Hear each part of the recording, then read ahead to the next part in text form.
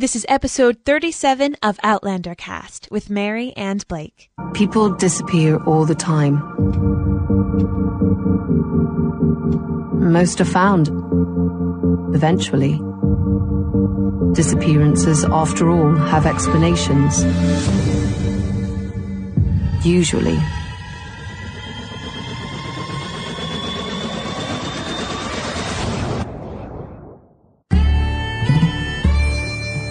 Welcome to Outlander Cast with Mary and Blake. It's a podcast dedicated to the show Outlander on Stars. Sing me a song of a last that is gone, save for that last behind. Mary of soul, she sailed on a day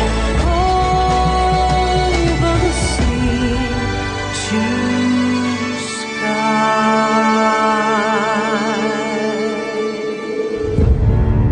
Hello, everyone. I'm your host, Mary Larson. My name's Blake, and Raya Yarbrough has literally saved my sanity. Literally. Not only just once, by now at least 2,000 times, at least. And why is that? Because anytime that Raya Yarbrough sings, my daughter decides that she no longer wants to cry. It's like magic. It's like crack for my daughter. We were actually on a vacation before we record this. Yeah. And we've been in the got car home for 5 hours, guys, and the first thing we were doing is we're like, let's go in the studio and do this. So we just got home about an hour ago, and we listened to the extended version of the Skyeboat Song. Oh, I don't know. 30, maybe 35 times in that 5-hour span. Because my daughter would wake up. She didn't nap the entire way. She's now 8 months. It has been 8 months since the finale of season 1, by the way, because for those of you who don't know, Felicity was born on the season finale of Outlander. And that is why I think she is calmed by this song. It was probably one of the first songs she heard outside of the womb. Right. As crazy as that is, it's honest to God the truth. Like, I gave birth at 1 o'clock in the morning, and then later that night we watched the Outlander finale, and she heard the song a couple of times. She was the firstborn youngest Outlander fan there is. I would say so. Who knows? But nonetheless, Raya, and we told Raya this, that she has saved our sanity. Oh, yeah. You know, babies, they like certain songs. I mean, all of you who have children can say, oh yeah, this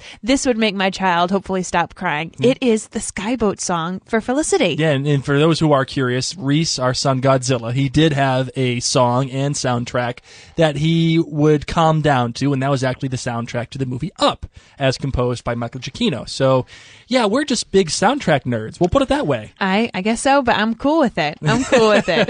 Which is exactly why we are so excited to give you this interview with the voice of the Skyeboat Song and many other songs on the Outlander soundtrack. And you're going to learn a lot of really cool things about Raya Yarbrough and what she has to say, and in particular what she defines her voice as for the character of Claire. So be sure to be on the lookout for that, and in particular also what the significance of the Skyeboat Song is to her specifically.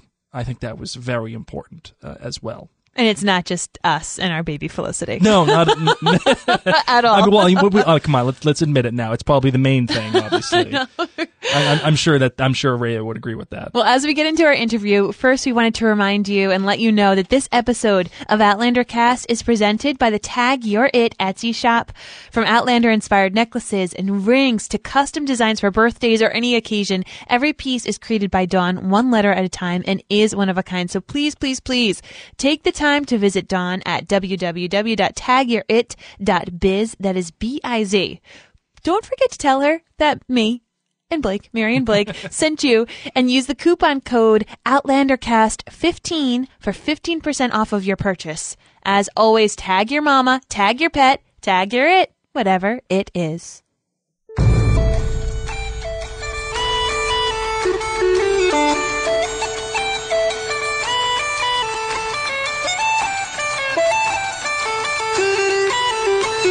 Joining us today is Raya Yarbrough, an actress, musician, and vocalist who's been featured on numerous soundtracks throughout television, including Defiance, Europa Report, Da Vinci's Demons, Agents of S.H.I.E.L.D., The Walking Dead, and Battlestar Galactica. But we all know her as the beautiful and sultry voice behind the likes of the Skyeboat Song, Dance of the Druids, The Summoning, and many other songs on the Outlander soundtrack. Raya, thank you so much for joining us here on Outlander Cast today. Oh, for sure. That's fun. It's my pleasure. Anything to support or indulge in Outlander is my pleasure. I wanted to know, had you been a fan of the books prior to your involvement?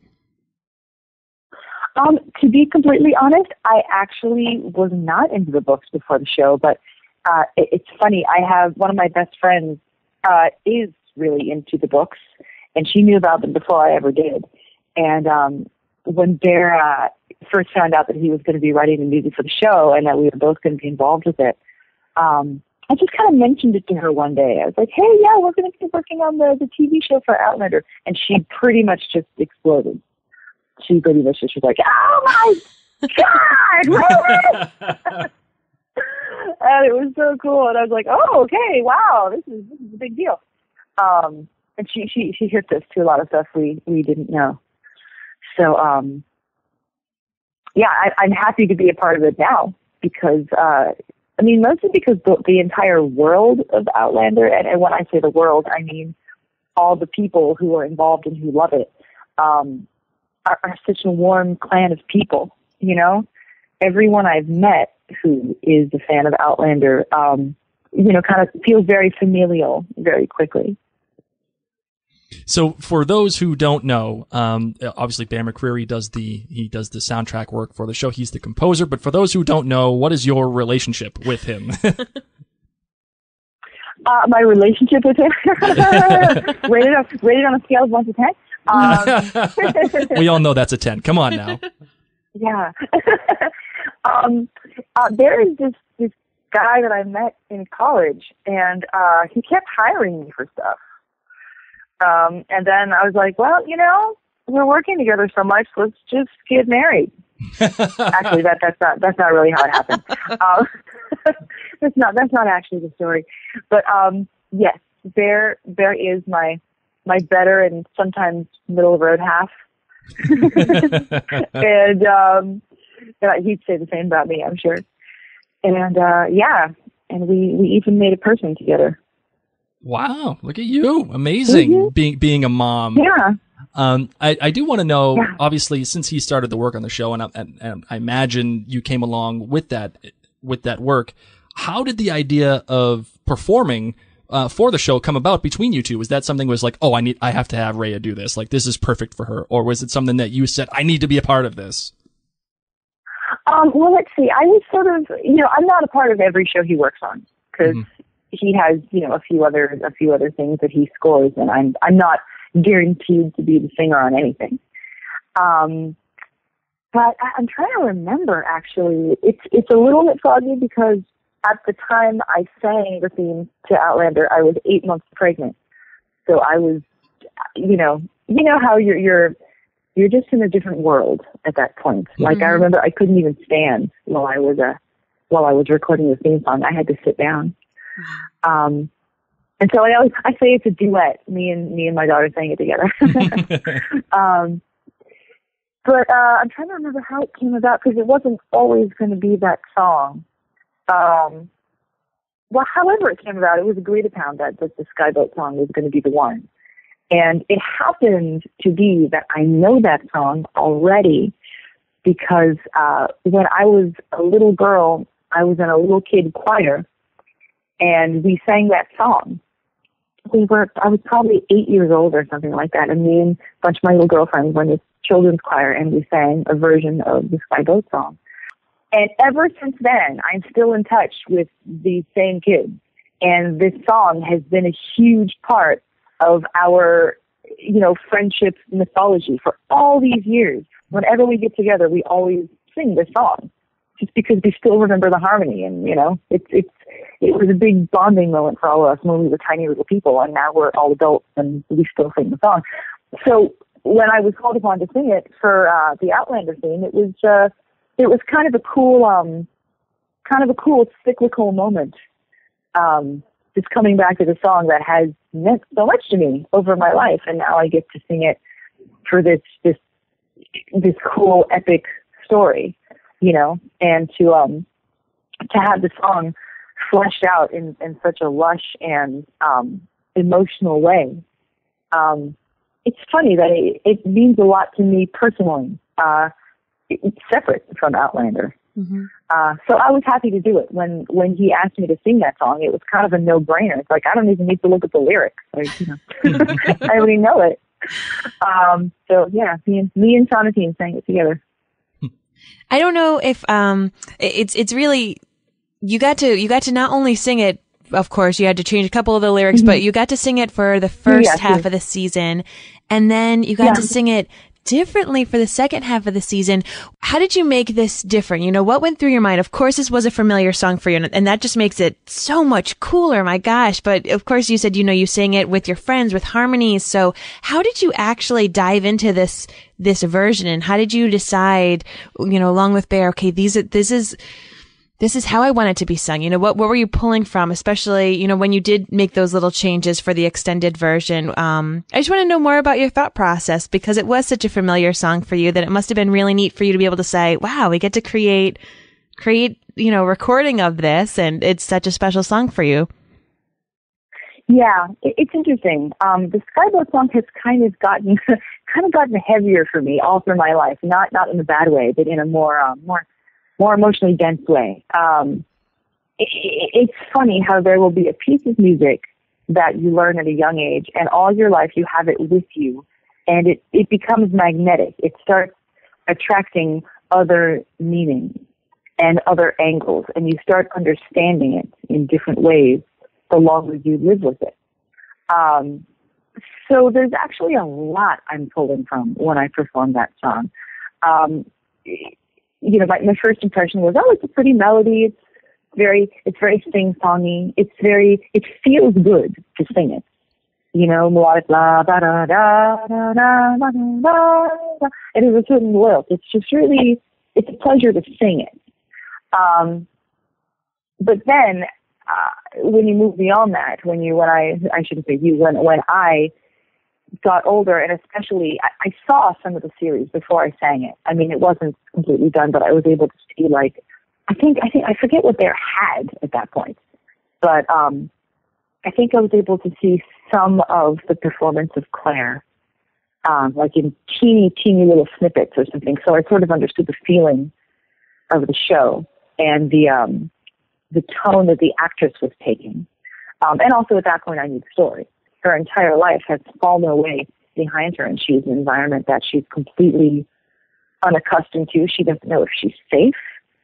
She doesn't know if she's going to die there immediately. She really wants to go home, but then she finds other things that are compelling where she is.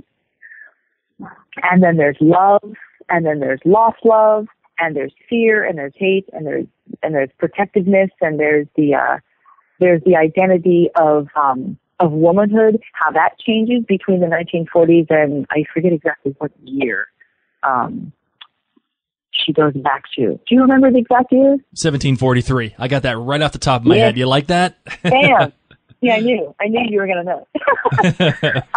But the identity of what it is to be a woman in both of those times.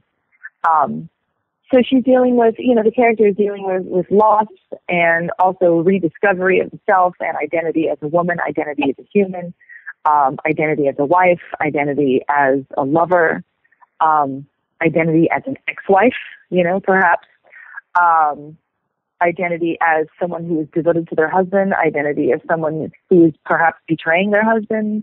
There's a lot of complexity in there and a lot of self-discovery. And I wanted to communicate a feeling of her solitude, trying to find solace in herself, but also the sensation that she is on shaky ground at all times. So all of that was going into the way I tried to deliver the song. She asked this question as she's singing about sing me a song of someone who has traveled, someone who is gone, someone who is here. It's a big question mark. Is this person me? Like, am I, am I the antagonist? Am I the protagonist to myself? Like those kinds of questions. You talked about how much it meant to you to sing the song and to perform it. Yeah. And I will. Well, there's another level of it for me, actually, which I pulled in. I had a friend in high school, a very, very good friend, who unfortunately passed on just a few years ago. And he was, in my core group of high school and post-high school and, early 20s friends, the people who are, family you choose for yourself, and he passed, and it left a big hole in all of our hearts. And his name was Sky. So, wow. Part of the song, for me personally, was my remembrance and my sort of continual search for him. Wow. Well, I was going to say something about my family when you were talking about it. My daughter, who is 6 months old, absolutely adores your voice. So whenever she's crying, I put on the extended version of the Skyeboat Song, and immediately, like within a millisecond, she stops crying and pays attention to everything that you say. So I wanted to let you know how important that song is to us as well, because you basically saved my sanity. Oh, that's so funny. I wish that worked on my baby. But yeah, it was a happy accident, and I was very proud. I was very happy to discover that accident.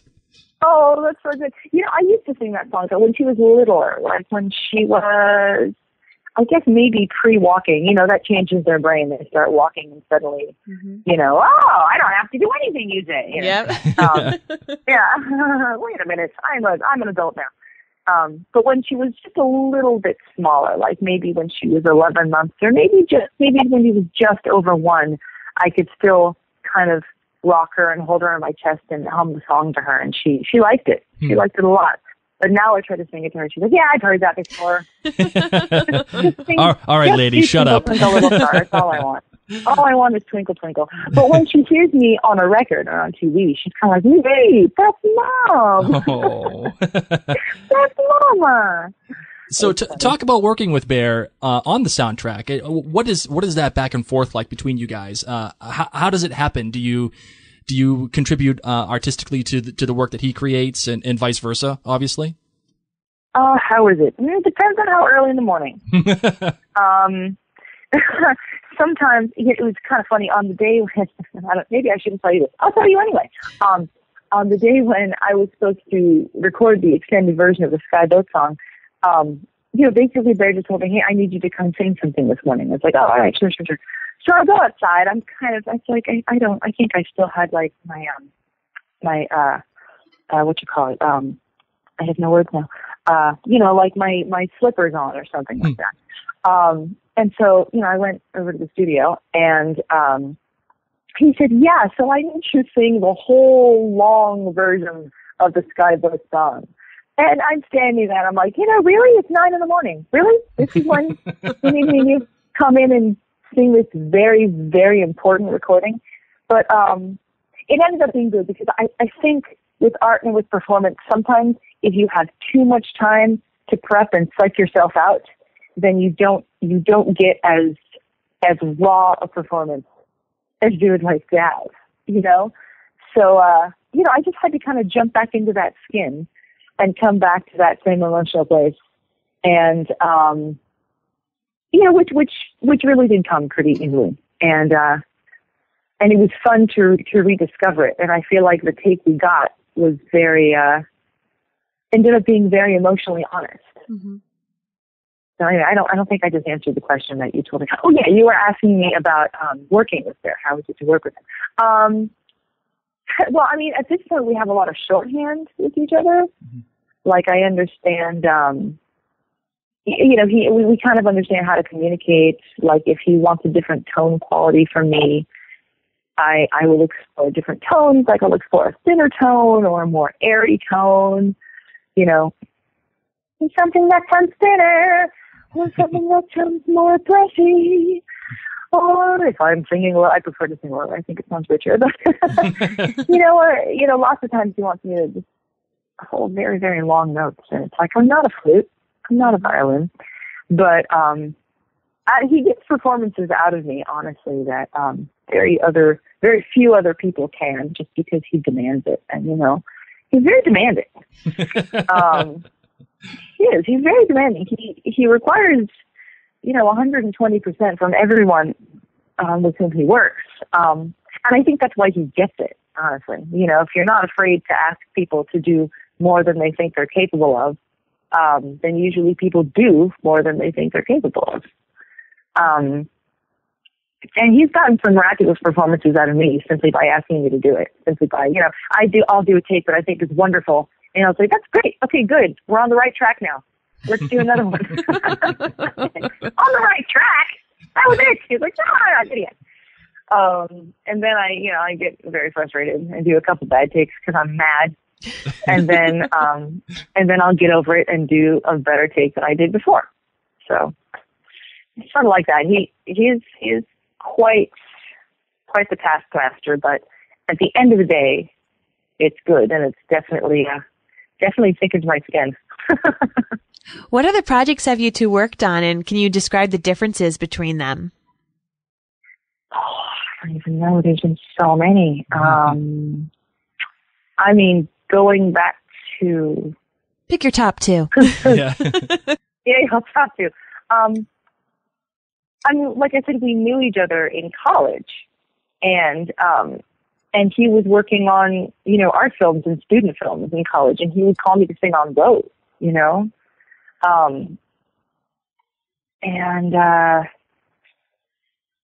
he's had me sing in about 1 million different languages.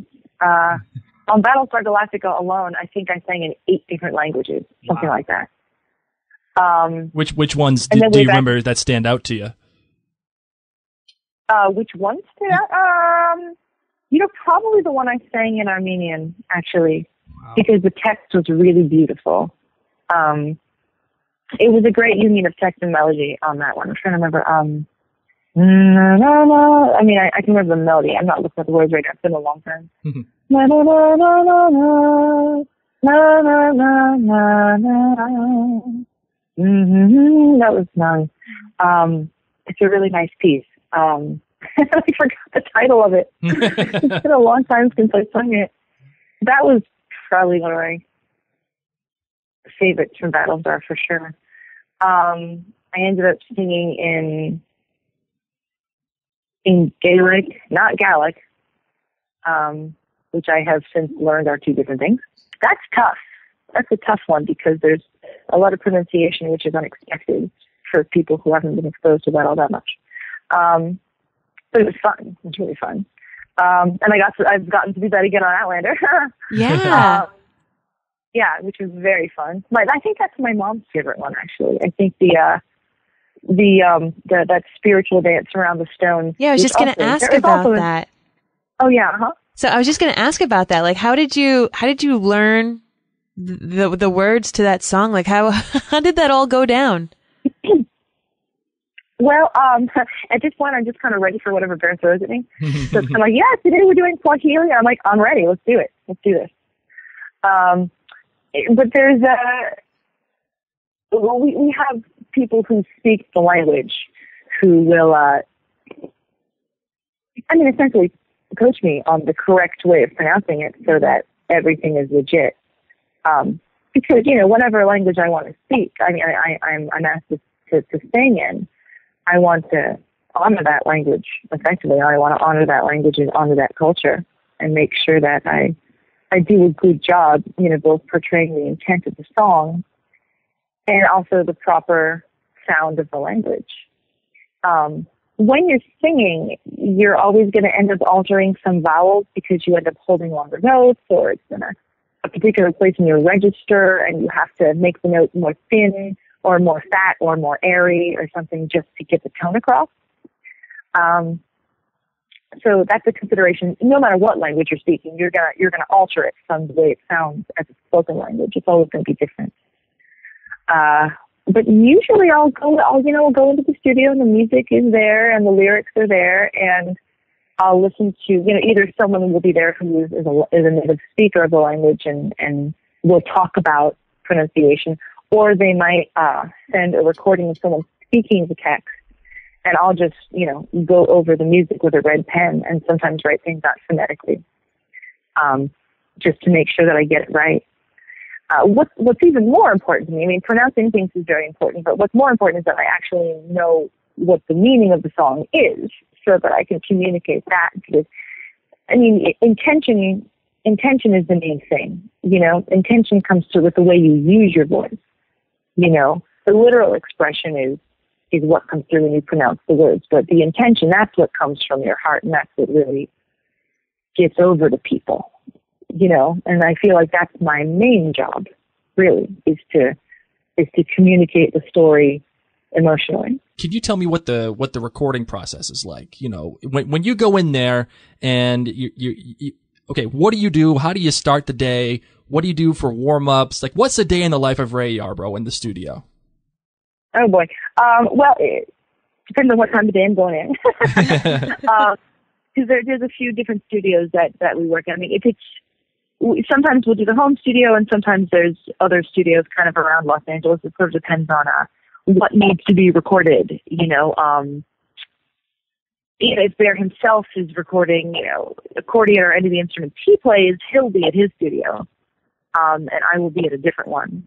Or if we're recording, let's see, I'm trying to think, like Eric Rigler, who does the bagpipes, that will not be at home. That will be in a different studio. So it kind of depends on what's needed. And usually I do not record in the mornings because it's really brutal to try to get, super clear tones in the morning. It's like, singers are like anyone else. You have to wake up and be creaky and cough up a Smurf, and then you're okay. Maybe not a Smurf, maybe maybe just kind of sound like a smoker for a while, even when you're not. Mornings rough. Although I have a living alarm clock now who gets me up at 6 anyway. So yeah, generally I don't sing in the mornings. Usually I say, anytime after like 10 is going to be fine. My voice will be awake enough. Singing in the evenings is the best. When there's an evening session, that's just the best. That usually goes well because, I've been using my voice all day. If I get it, I don't always get the chance to warm up, to be honest. It kind of depends on what's being asked of me. If it's going to be something that's very demanding, then I will do, singer warm up. But I don't think I do anything that's out of the ordinary for a professional singer. It's pretty normal. I'm trying to make this an interesting story for you. Well, just know that for anyone who isn't a singer, this is all new. Fascinating. Yeah, this is very new to people. Oh, is it? Okay. So don't you worry. I'm just like, well, I parked the car and then I walked to the studio and I opened the door. And, so generally there's like a folder of music, and the folder will say the title of the episode, and I open up the folder. And each cue, that's what a piece of music is called. That's going to be on a TV show or a film. It's called a cue. And it will have a name, such as, Claire and Jamie make out. There's a cue. I don't think that was really the name of a cue, but that would have been a great one. Yeah, it could have been. Oh, Bear gets super creative, which is with his names of cues. Those are things that.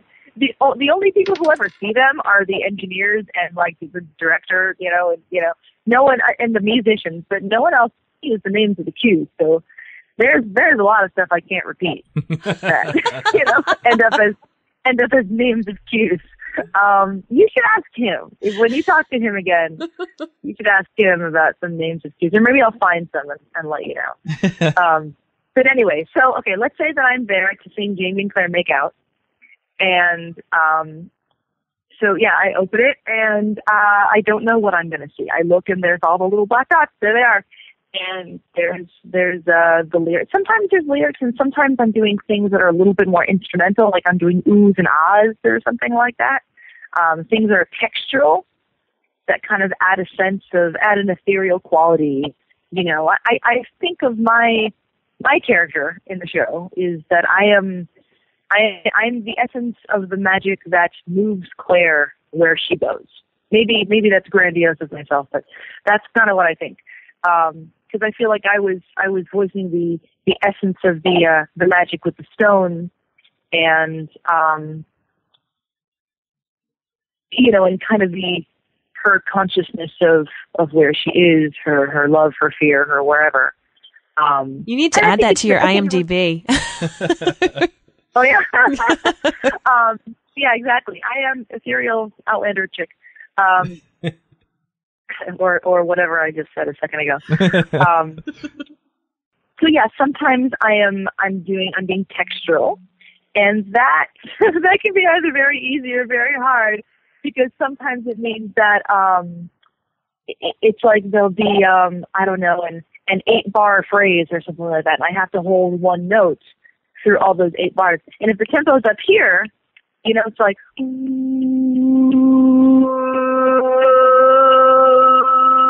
and then I don't really go at the end.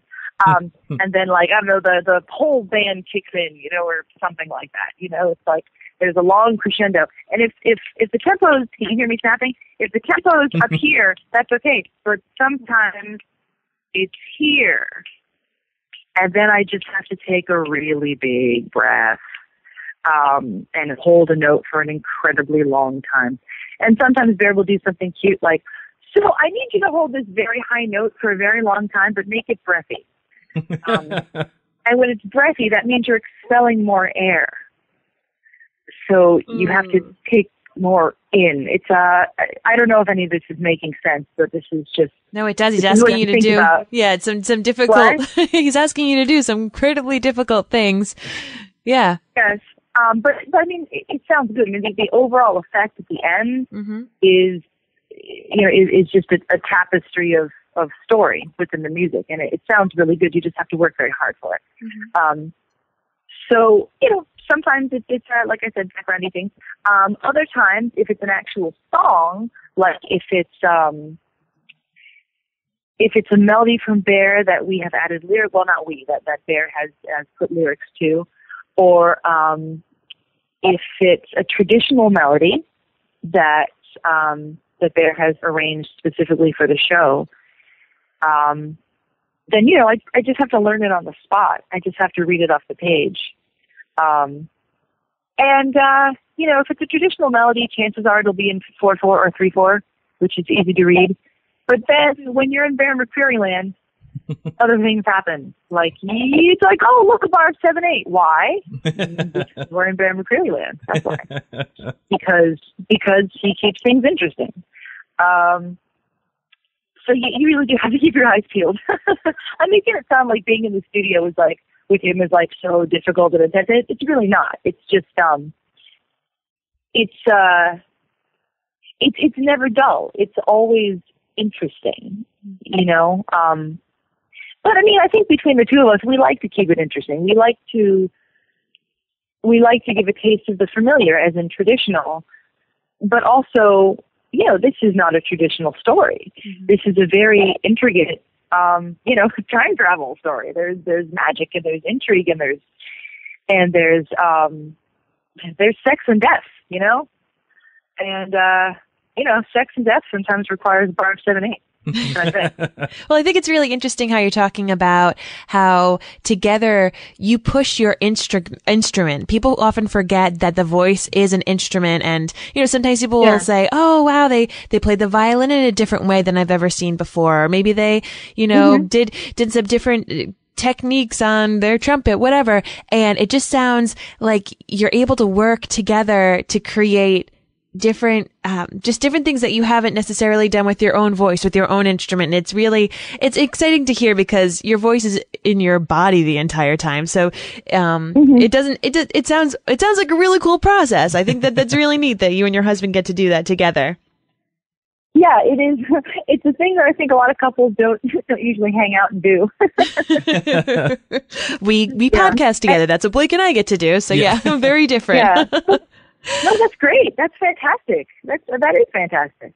We call it our date night. Funny, there there was one night, exactly. There was one night, I think it was like a couple weeks ago, and we hadn't had a date night in forever. And I think we had a recording on, it was like a Saturday night or something, and we had to do a session. And so the sitter came over for the little one, and then we left. And I was like, hey, this is the first time we've been out alone in weeks. I was like, is this a date? Are we on a date right now? And so we kind of had a recording session date. And, you know, I think we went out to dinner afterwards to try to make it festive.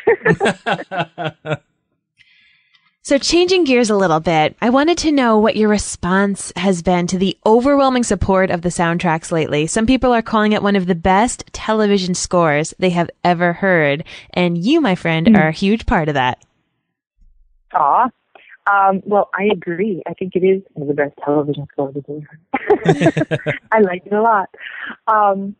The Outlander support has been just unfathomable. It's been more than I ever expected. I don't think I can express my appreciation enough, actually. It was so evident when I did a show a couple months ago. It was the first show I'd done since having a baby, and I just needed to get up on stage and just sing, sing my own music and just do my own thing and perform. And I only found out about, I guess, just a few days before the show that there was a huge Outlander contingent that was coming out to see me. And it wasn't, an official Outlander event. It was just me, performing with my band. And I was really, really touched that people who are fans of the show would care to see me do something that actually didn't have that much to do with the show. It was just me singing. And I was moved and so grateful and so enthused. It was a rowdy crowd. It was just I think half of the club was entirely Outlander fans who just came out to have a good time. And they were so supportive, and they were and they were raucous, and they were involved, and they were moved. And when I sang a ballad, you could hear a pin drop, and then I got to hang out with them afterwards, and it was just lovely. Oh wow! And that doesn't happen with all sorts of shows and all sorts of, I guess, fandom. I don't know. I feel like calling it a fandom is reductive. Clans, really. Clans and friendships. Families who have a similar interest, and and even now, like, people will sometimes tweet at me and say that they're listening to my record in the car, and that just knocks me out. So it sounds so nice. It sounds like you're a fan of, obviously, the people that come to you, and the people that are listening to you are massive fans of yours. I'm one of them, and this is a very surreal, fun moment to speak with you. But what I want to know is, are you a fan of your own music within Outlander? Are you a fan of the score itself? And do you have a favorite scored moment from the show? Oh goodness. Yes, I'm a big fan. I have the album in my car right now. And Sanity is a fan. But she gets to play. I mean, she gets to go in the studio and play with bagpipes and play with the hurdy-gurdy and play with the accordion and stuff. Wow. We actually have video, which probably won't be released anytime soon, but maybe. I know it's they let Sanity score a scene from the show. I'm not sure if she absolutely got the gist of how to do that. But it's kind of funny because it's you can see on the screen, there's, Claire and Jamie, and they're having a serious conversation. And then, I was filming on my iPhone, and I turned the camera, and there's Sonatine looking at the screen and, banging out notes on the piano. And she seems very interested. She seems very focused. Anyway, sorry, I got off on a tangent. What was I saying? Oh, you're asking me favorite moment. Yeah, actually, there's this one too that comes to mind, but I don't know the name of it. I did sing on it, but it wasn't one of the ones with lyrics. When was it? I was a fan of the way he scored the spanking scene. I thought that was fun. And, I don't remember the name of this cue. I'm sorry. I wish I could be more specific with you. Oh, it's okay. You know, that's the thing. When you listen actually to an entire score, it just becomes one. It just becomes one piece. So I can 100% understand. Oftentimes I'll just have to sing it to Blake. I'll be like, oh, you know this part? Or if I can remember what scene it was from, but it's become its own thing as well. Are you planning on doing any of the singing for season 2? Or at least on screen. Would he be surprised with that? Oh, God, that would be so awesome. Oh, my God. I'd love to just show up and sing. That would be so cool. Thanks, Greg. I would love to do that. I'll just put out the, hey, Ron Moore, remember me? Let's do this. So, yeah, I intend to sing on season 2. So I can't really say anything about it, to be honest. No problem. Fair enough. Yeah, I've done some singing, but it's neat. It's like until it gets on screen, you don't really know what stays. But I've done an interesting thing, and hopefully that interesting thing will be on screen. And that's all I can say. My love, do you have any other questions? No, that's it. Unless there is anything that you had burning within you that you wanted to make sure the Outlander fandom, or as you said, the clan would get to know about you or the music. If there's anything else that you wanted to share. I guess just another really big heartfelt thank you just for all the encouragement I've gotten, and for all the, just all the love I feel through the internet. And also in person, when people have come out to see me live. It's just been so nice. It's just been so unexpected and so lovely. And I think that's pretty much what I have to say. Yeah. I'm so looking forward to the next season because it's going to be super fun. And I look forward to singing lots and lots more for you. And if you see Ron Moore, tell him to put me in the show. Oh, thank you so much, Raya. Honestly, your voice is a total extra, another character. I wasn't joking. You should have that put in your IMDb. You know, it's very rare, as you were saying, that a vocalist is, people really can pull out that person. Of course, you're throughout the score so frequently, but really people have just love you. And, I haven't heard that so frequent about people being able to point out and wanting to support, one of the main vocalists from a show's score. So it has been an absolute treat to be able to talk with you. And I know that all of our listeners are really going to enjoy it because you are a huge character in this show, whether you know it or not. Oh, well, I really appreciate that. It's an honor to be a part of it. I'm so excited that we were able to talk to her. I know, me too. Especially, of course, you did this interview, and now here we are, just finishing things up. And Raya, honest to God, saved our sanity in so many ways. And what a great dynamic she and Bear have. What a cool thing to this music that we love so much. And it's not just her. It's not just Bear. It's this unique, great collaboration, a relationship in so many ways that they get to play out. Yeah, I agree. And, I was laughing because, she was so honest about how her relationship with Bear worked, as it relates to their collaboration, not only on the Outlander soundtrack, but all the other stuff that they have done together. And I was, genuinely surprised to hear about how, Outlander fans have followed her throughout her own separate career from Outlander in her own personal endeavors with music.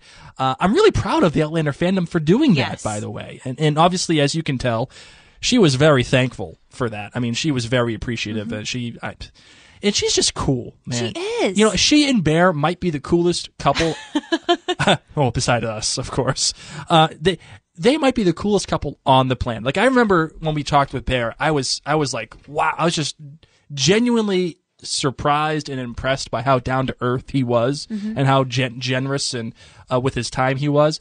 And Raya is the same exact way, if not more. Yes. You know, I kind of expected her to, just kind of give these vague answers to us, and answers that were kind of non-answers.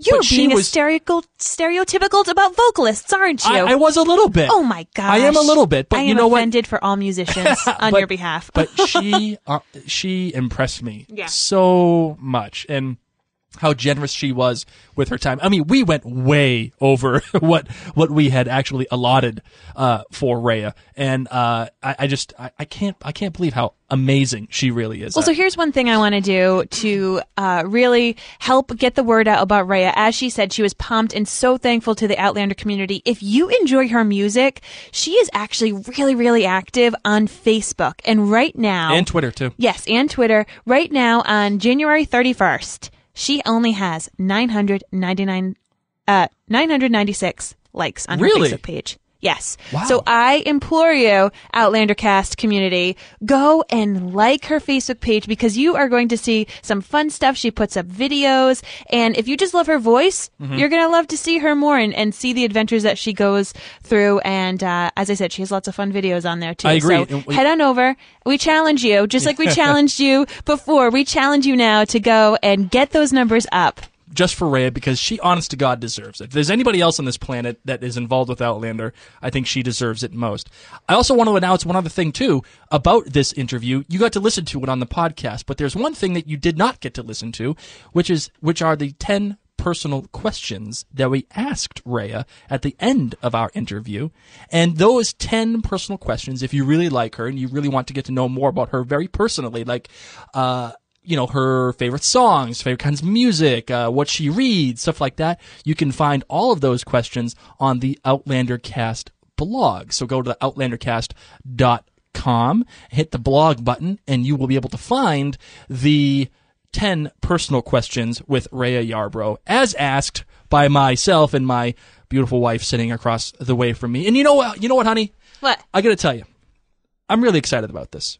I'm excited that Outlander's coming back, and I'm excited that we got a chance to talk to Raya, and I'm excited about the fact that we listened to the Outlander soundtrack and Raya's voice 30 times for nearly, you know what, because we drove 5 hours today. We drove around Mount Washington. It was a beautiful soundtrack to the White Mountains. That's correct. Yes. So we drove 5 hours today. We drove 4 hours yesterday. So we listened to Raya's voice for nearly 10 hours, because that's what we just did. So I'm excited about this, and I'm ready to give away something. Are you ready for this? Yes. All right, I'm ready to give away 4 Outlander Season 1, Volume 2 soundtracks. Oh, with the extended Skyeboat Song. That's correct. And if you get a chance, go to outlandercast.com, check out the blog, and you'll see actually a post that I wrote about the top 10 songs by Bear McCreary. And Raya's voice is all over my top 10 for Bear McCreary's.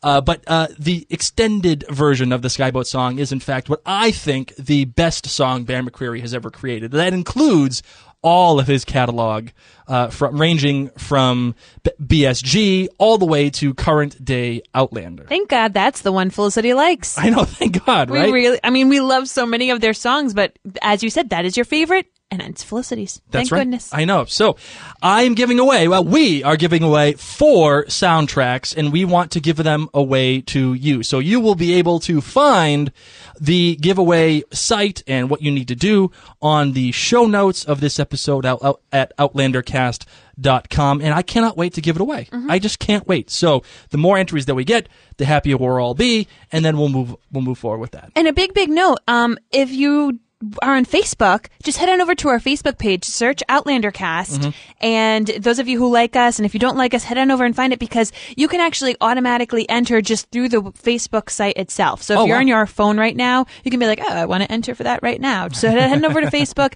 Outlander Cast. The giveaway will be also on there. That's right. My love, are you ready to close out this show? I am.